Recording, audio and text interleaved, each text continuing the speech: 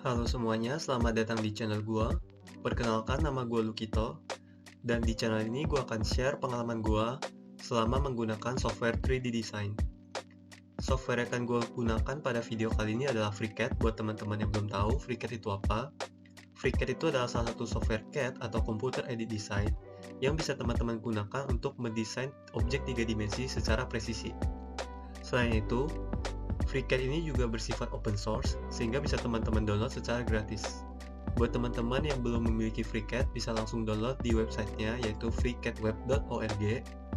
Kemudian di sini kita memilih download now. Kemudian FreeCAD juga tersedia di 3 operating system, yaitu di Windows, Mac, Linux. Silakan teman-teman download sesuai dengan operating system yang teman-teman gunakan. Oke, kita langsung lihat bagaimana tampilan dari FreeCAD. Nah, kita sudah masuk ke dalam FreeCAD-nya. Untuk memulai suatu file, kita bisa memilih Create New. Kemudian ini adalah tampilan utama dari FreeCAD. Di sini ada toolbars, ada combo view, ada property editor, di sini ada view cube, dan di sini adalah view area kita yang dimana akan menampilkan objek yang kita bikin. Kalau teman-teman lihat di sini di combo view terdapat file kita yang belum diberi nama. Kita dapat memberi nama dengan cara file, save as, kemudian kita beri nama di sini misalnya part. Setelah di save, file kita yang berada di combo view ini sekarang sudah memiliki nama yaitu part. Nah, kedepannya combo view ini akan berisikan komponen-komponen yang telah teman-teman bikin, baik itu dalam berbentuk 2 dimensi maupun 3 dimensi. Oke, kita akan langsung lanjut membuat part. Pertama-tama kita harus memilih workbench untuk membuat part terlebih dahulu. Kita bisa memulai di workbench selector di sini. Karena kita ingin membuat part, kita akan memilih workbench part design. Teman-teman di sini dapat melihat bahwa terjadi perubahan pada bagian toolbars. Toolbars ini akan berubah menyesuaikan workbench yang telah kita pilih, yaitu part design. Kemudian di sini terlihat ada pilihan create body. Body itu sendiri adalah komponen-komponen penyusun part. Jadi satu part itu bisa tersusun dari beberapa body, misalnya antara gabungan silinder dan kubus, silinder dengan balok, dan seterusnya. Kita coba memilih create body. Nah, seperti software CAD pada umumnya, sebelum kita bisa membuat model 3D, kita akan diarahkan untuk membuat sketsa 2 dimensinya terlebih dahulu. Di sini ada muncul pilihan create sketch, kita coba pilih. Setelah itu, kita akan disuruh memilih bidang mana yang akan dijadikan sebagai media gambar kita. Di sini ada XY plane, ada XZ plane, dan ada YZ plane. Kita mulai dari XY plane. Nah, dari sini teman-teman bisa lihat terjadi perubahan dari toolbars lagi. Ini dikarenakan kita diarahkan ke workbench lain, yaitu Sketcher. Sebelumnya kita berada di workbench part design, namun sekarang kita berada di workbench Sketcher. Kemudian gue akan menjelaskan terlebih dahulu tools-tools dasar yang bisa teman-teman gunakan untuk membuat sketsa 2 dimensi. Di sini ada rectangle, kemudian ada circle,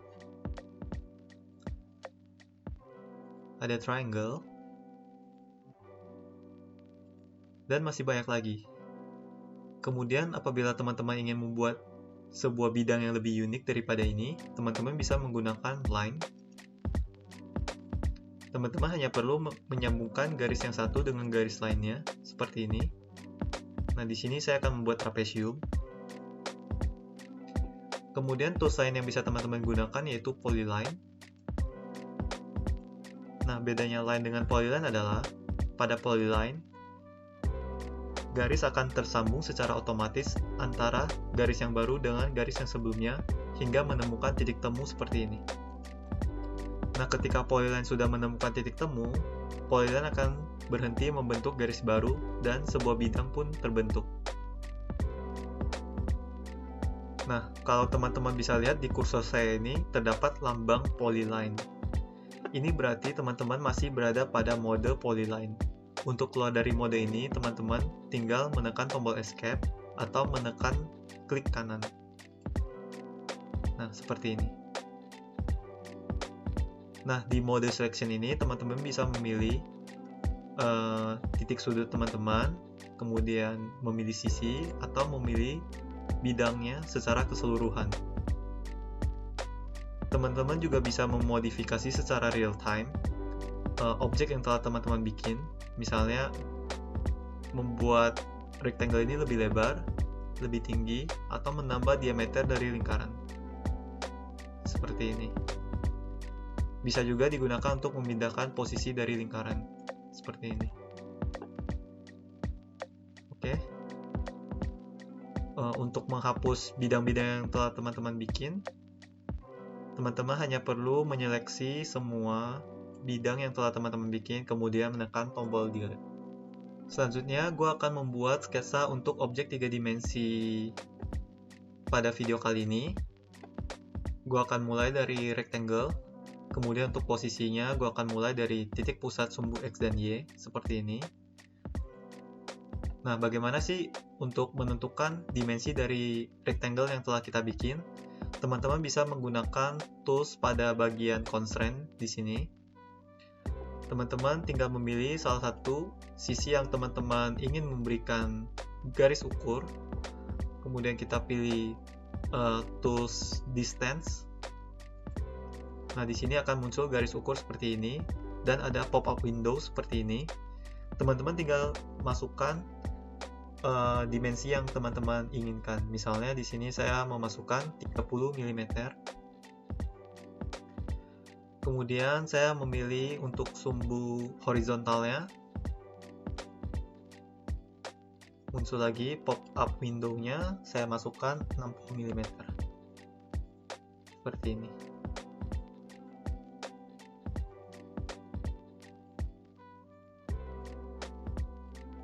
Nah, sampai di sini teman-teman akan menyadari bahwa terjadi perubahan warna pada persegi yang telah kita bikin, yang dimana sebelumnya berwarna biru sekarang menjadi warna hijau. Nah, ini menandakan bahwa persegi yang telah kita bikin itu sudah mengalami full constraint atau tidak bisa dirubah lagi dimensinya. Teman-teman bisa mencoba dengan menggeserkan sudut-sudut atau sisi pada persegi ini, di mana tidak terjadi perubahan. Hal ini dikarenakan dimensi dari persegi ini telah terikat oleh dimensi yang telah kita tentukan sebelumnya, yaitu 60 mm dan 30 mm. Kemudian teman-teman akan menyadari bahwa di sini ada logo seperti ini, ada simbol seperti ini. Ini adalah simbol constraint. Constraint yang saat ini aktif pada bagian sisi ini adalah constraint horizontal, yang di mana sisi ini akan secara otomatis lurus terhadap sumbu X.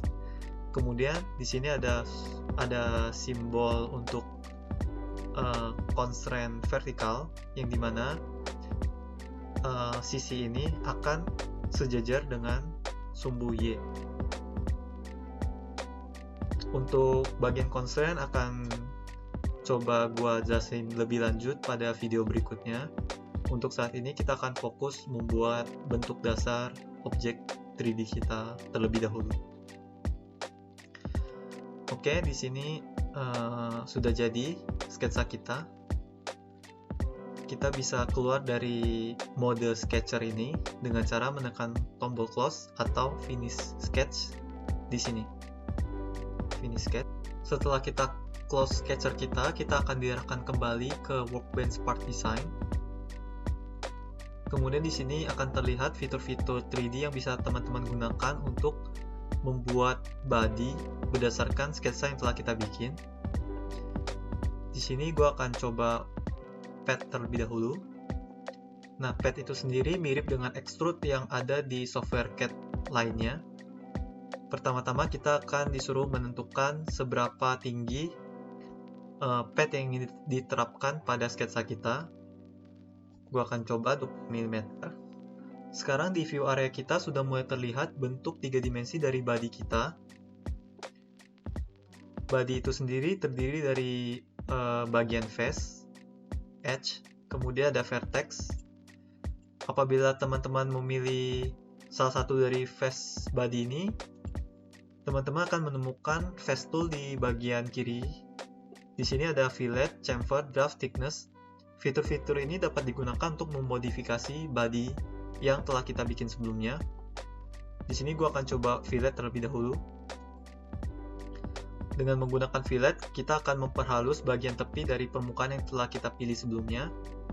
Kita akan disuruh menentukan radius dari fillet itu sendiri. Di sini gue akan coba 5 mm. Oke.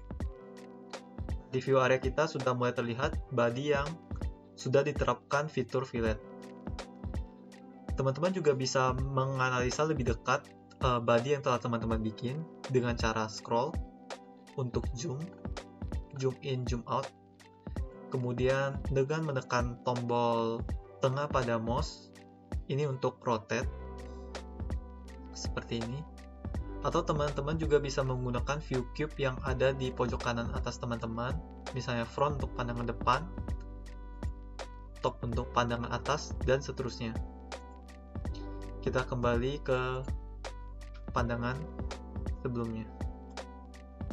Kemudian apabila teman-teman merasa bahwa ingin merevisi sketsa teman-teman sebelumnya, teman-teman bisa kembali ke sketch di bagian combo view, pilih model, kemudian pilih sketch, klik kanan, edit sketch.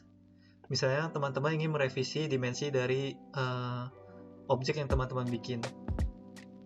Teman-teman tinggal double klik, merubah dimensi misalnya menjadi 40 mm. Kemudian apabila sudah selesai, pilih close, dan body kita akan terupdate secara otomatis seperti ini. Oke, sampai di sini dulu video kali ini. Di video selanjutnya, gue akan jelaskan lebih detail mengenai constraint dan fitur 3D lainnya. Apabila teman-teman menyukai video ini, silakan like dan subscribe channel ini. Apabila teman-teman punya pertanyaan atau masukan, silakan tinggalkan di kolom komentar. Thank you for watching. See you on the next video.